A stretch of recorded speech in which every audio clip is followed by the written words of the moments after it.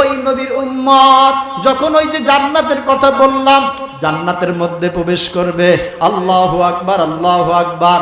এইবার আল্লাহ একটা মিলন মেলা ঘটাইবেন। এই যে আপনারা যেমন আছেন, একটা স্টেজ আছে, সভাপতি আছে, সেক্রেটারি আছে, মাদ্রাসাওয়ালারা আছে, রহমতপুরের বাসী আছে। হাসরের ময়দানে জান্নাতের মধ্যে আল্লাহ বলেন না সুবহানাল্লাহ, একটা মিলন মেলা ঘটাইবেন, বিশাল এক সভা। আল্লাহ বলবেন, এই ফেরেশতারা শোনো শোনো শোনো, বিশাল প্যান্ডেলের ব্যবস্থা করো। বিশাল প্যান্ডেলের ব্যবস্থা করা হইবে। সব মানুষগুলো জান্নাতীর অধিবাসীরা ওই প্যান্ডেলের মধ্যে উপস্থিত থাকবেন। ওই দিন দৃশ্যটা কেমন হইবে? জান্নাতীরা যখন ওই প্যান্ডেলের মধ্যে থাকবেন, এইবার বলবেন, মাওলা, দুনিয়ার মধ্যে সব মানুষ যখন জান্নাতীরা জান্নাতে একত্র, প্যান্ডেল অনেক বড়, মানুষ তো অনেক বেশি, এই যে আপনাদের লাইট লাগছে, নয়তো চেহারা দেখা যায় না। বলবে, মাওলা, এত জান্নাতি ওয়ালাদের লাইটিং ব্যবস্থা কি হবে? আল্লাহু আকবার। আল্লাহ বলবেন, না, আজকে ওই লাইটিং দিয়া রহমতপুর, শেরপুর, ঢাকা, চিটাগাং, রাজশাহীর লাইট দিয়ে এত মানুষের সমাগম, এই লাইটের আলো দিয়া হবে না। ও মাওলা, কি হবে? বলে, আমার বন্ধু মুহাম্মাদুর রাসূলুল্লাহ, বলেন না সাল্লাল্লাহু আলাইহি ওয়াসাল্লাম, নবী যখন থাকবেন, আল্লাহ নিজে সভাপতি হইবেন, বন্ধু থাকবেন। এরপর আল্লাহু আকবার, ওই স্টেজের মধ্যে জান্নাতের মধ্যে আল্লাহ পাক বলবেন, এই আমার ইসরাফিল কোথায়? আল্লাহু আকবার। ইসরাফিল আলাইহিস সালাম বলবেন, মাওলা, এই তো আমি হাজির আছি। বলে, ইসরাফিল, তুমি একটা সঙ্গীত শোনায়া দাও। বলেন সুবহানাল্লাহ। দুনিয়ার মধ্যে আমরা গান বাদ দিয়া যারা সঙ্গীত শুনি, একটু মনের মধ্যে আনন্দ লাগে কি লাগে না? ওই ইসরাফিল আলাইহিস সালাতু ওয়াস সালাম জান্নাতের মধ্যে সঙ্গীত শুনাইবেন। কি যে আনন্দ হবে, কি যে মজা হবে। দুনিয়ার ভালো ভালো এরকম শিল্পী, ইসলামিক শিল্পী যখন সুন্দর করে একটা গজলে টান দেয়, দিলের মধ্যে শান্তি লাগে কি লাগে না? সুন্দর করে বলে, আমারে কণ্ঠে তুমি তোমারি বাণী তুলেছো, আমারে কণ্ঠে তুমি তোমারি বাণী তুলেছো, মালিক তুমি মেহেরবান, তোমার গোলাম করেছো। ইসরাফিল আলাইহিস সালাতু ওয়াস সালাম সঙ্গীত শুনাইবেন। হাসরবাসী, জান্নাতবাসী বলবে, আল্লাহ, কেমন সুন্দর চমৎকার সুর। আল্লাহ পাক বলবেন, ওরে না না না, এই রহমতপুরবাসীকে, শেরপুরবাসীকে ওই দিন রাত্রে আমি ঘুমাইতে দেই নাই। ও আমার নবী দাউদ, তুমি কোথায়? বলবে, আল্লাহ, আমি উপস্থিত আছি। আল্লাহ পাক বলবেন, দাউদ, তুমি উপস্থিত আছো? বলে, আল্লাহ আছি। বলে, তুমি একটু তেলাওয়াত শুনাইয়া দাও। দাউদ আল্লাহর নবী একজন ছিলেন। ওই দাউদ আলাইহিস সালাতু ওয়াস সালাম যখন মালিকের কালাম তেলাওয়াত করতেন, আসমানের পাখিগুলো আসিয়া দাউদ আলাইহিস সালামের চালের উপরে বসিয়া যাইতো। শুধু তাই না, মাছগুলো আসিয়া বসিয়া থাকতো। ওই দিন মাছ ধরা নিষেধ ছিল। আল্লাহ বলবেন, শোনো দাউদ নবী, তুমি এসেছিলে অনেক আগে, আমার বন্ধুর উম্মতেরা এসেছে অনেক পরে, তোমার কণ্ঠটা আমার উম্মতেরা শুনে নাই। ও দাউদ, আজকে একটু তুমি তাদেরকে তুমি তেলাওয়াত করে শোনায়া দাও। সুবহানাল্লাহ। ওই দিন জান্নাতের স্টেজের মধ্যে দাউদ আলাইহিস সালামকে বলবে, আচ্ছা দাউদ, তুমি একটু তেলাওয়াত করো। বলে, মাওলা, ঠিক আছে, আপনি হুকুম দিলেন। দাউদ আলাইহিস সালাম তেলাওয়াত করবে। ওই যে সৌদি আরবে কাবার ইমাম, নাম যার আব্দুর রহমান সুদাইসি, যখন তেলাওয়াত করে দিলের মধ্যে শান্তি লাগে কি লাগে না? কি সুন্দর মালিকের তেলাওয়াত। আব্দুর রহমান সুদাইসি, তিনি তো অনেক সুন্দর কাবা ঘরের ইমাম, সুন্দর করে কণ্ঠ বলে। আমি তো ছোট্ট মানুষ, আমার গলার সুর অত ভালো না, আমি তো ওরকম পারবো না। কিন্তু দাউদ আলাইহিস সালাম জান্নাতের মধ্যে শুনাইবেন, তাহা মা আনজালনা আলাইকাল কুরআনা লিতাশকা। দুনিয়ার মধ্যে কাবার ইমাম যখন মালিকের কালাম পড়ে মনে হয় আসমান থেকে যেমন এখনই আয়াতগুলো নাজিল হয়।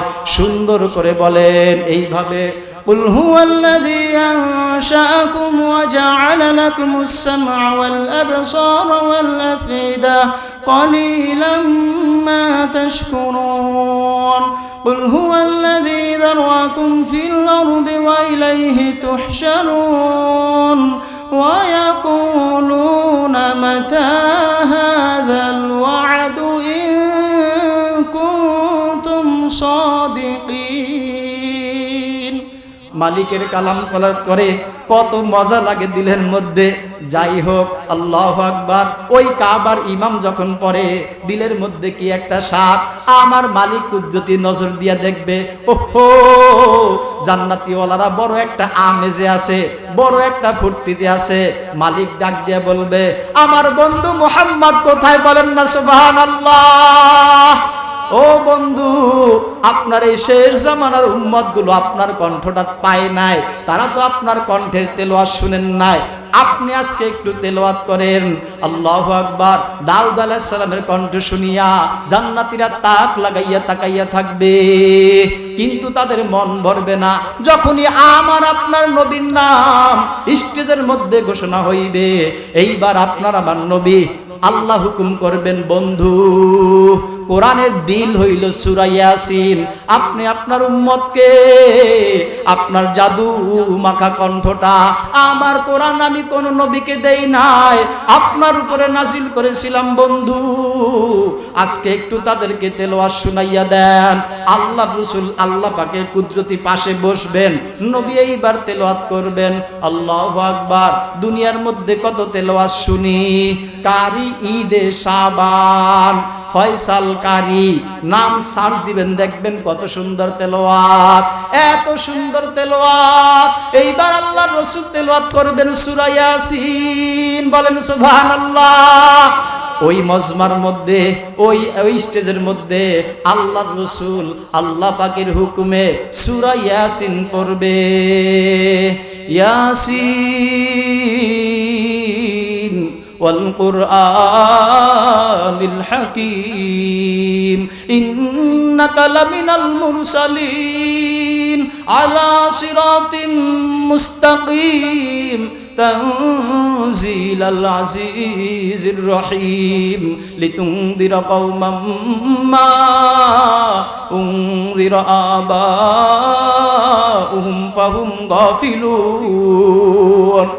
জান্নাতীরা তাকাইয়া থাকবে, আহা কি আওয়াজ শুনলাম। এইপর মালিক তো সব তাকাইয়া তাকাইয়া দেখবে। এইবার বলবে, ও জান্নাতীবাসীরা শোনো, এর চাইতে মজার কিছু শুনতে চাও? জান্নাতীরা বলবে, মাওলা এর চাইতেও মজার কিছু হয় নাকি? বলবে, হ্যাঁ এর চাইতেও মজার জিনিস হয়। এইবার মালিক আল্লাহ, বলেন না সুবহানাল্লাহ। মালিক সামনে আসবে, আপনার আমার সামনে আসবে। মালিক আসতে দেরি, 1000 নূরের পর্দা। ওই মালিক 1000 নূরের পর্দা নিয়া যখন জান্নাতীবাসীদের সামনে আসবেন, একটা মাত্র পর্দা মালিক উঠাইবেন। বলেন সুবহানাল্লাহ। 1000 নূরের পর্দা মালিক শুধু একটা মাত্র পর্দা উঠাইবে। সমস্ত জান্নাতবাসীরা তাদের হুশ চেতনা হারাইয়া ওই জান্নাতের মধ্যে বেহুশ হয়ে যাবে। সুবহানাল্লাহ, আল্লাহু আকবার। আমার মালিক বলবেন, বান্দা আমার, আমি জানি আমার নূর তোমরা সহ্য করতে পারবে না। আমি আল্লাহ 70,000 নূরের পর্দা মাত্র একটা পর্দা সরাইলাম, তোমরা এখন সহ্য করতে পারলা না। আমি আল্লাহ এইবার তোমাদেরকে যোগ্যতা দিয়া, তোমাকে যোগ্যতার আসন দিয়া এইবার আমি আল্লাহ তোমাদের সামনে প্রকাশ হব। এইবার আল্লাহ সূরা আর রহমান তেলাওয়াত করবেন। বলেন সুবহানাল্লাহ, আল্লাহু আকবার। দুনিয়ার মধ্যে কত কারি আছে, একজন কারির নাম হইল কি? খুব ঠান্ডা তেলাওয়াত করে, মাঝে মাঝে ফজরের পরে দোকানগুলোর মধ্যে ছাড়ে, এত সুন্দর মজা লাগে, দিলের মধ্যে শান্তি লাগে।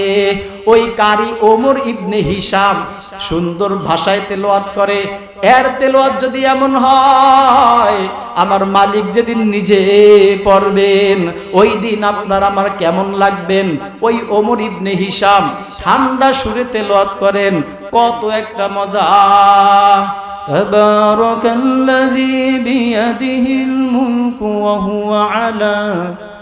হুয়া আলা কুল্লি শাইইন قدير الذي خلق الموت والحياة ليبلوكم أيكم أحسن عملا وهو العزيز الغفور الذي خلق 7 سماوات طباقا ما ترى في خلق الرحمن من تفاوت সুবহানাল্লাহি ওয়া বিহামদিহি।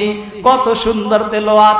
আল্লাহ পাক সব কিছু দিবেন, এইবার বলবেন জান্নাতবাসী শোনো, দুনিয়ার হায়াতটা কাটাইছিলা আমি আল্লাহর জন্য, এইবার আমি আল্লাহ তোমাদেরকে শান্তি দিব।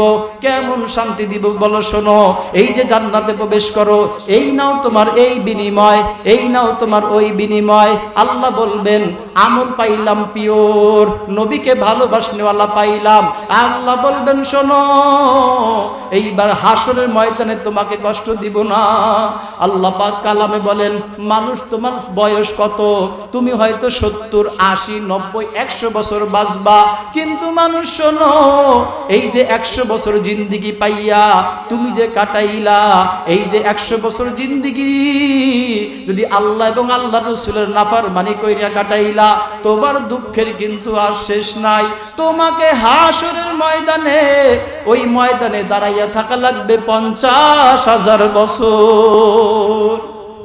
আল্লাহর বান্দা, নবীর উম্মত, ওই 50,000 বছর আপনাকে আমাকে, যুবক নারী পুরুষ নির্বিশেষে আমাকে আপনাকে দাঁড়িয়ে থাকতে হবে। সেই 50,000 বছর দাঁড়িয়ে থাকার সক্ষমতা আমরা কেউ রাখি না। এজন্য আসেন আজকে আমরা তওবা করব, আল্লাহ পাকের কাছে রোনা জারি করব। আল্লাহ পাক তওবা করনেওয়ালাকে এত ভালোবাসেন। আল্লাহ আল্লাহ আল্লাহ। এইখানের মধ্যে প্যান্ডেলের মধ্যে মা বোনগণ রয়েছেন, আল্লাহ পাকের খাস বান্দি রয়েছেন, এরাও পর্দার আড়ালে আমাদের সাথে একটু হাত উঠাইবেন। একটু আমরা এখানে দাড়ি পাকনাওয়ালা অনেক মানুষ আছে, আলেম ওলামা আছে, মাদ্রাসার ছাত্রগণ আছে। আল্লাহ পাক আমাদের সবাইকে, এই সবাইকে সহ আল্লাহ এই মজলিসকে আজকে কবুল করে আমাদেরকে মাফ করে দেন, আমিন। আল্লাহ ওই যে ঘোষণা দিয়েছিলেন, ও বান্দা আসো আসো আসো, শোনো, কুমু মাগফুর আল্লাকুম, তোমরা এখন তো যার যার বাড়িতে চলে যাইবা, কি নিয়ে যাইবা? আল্লাহ বলবেন মাগফুর আল্লাকুম, যাও, আমি আল্লাহর পক্ষ থেকে তোমাদের সবাইকে মাফ করে দিলাম। সুবহানাল্লাহ।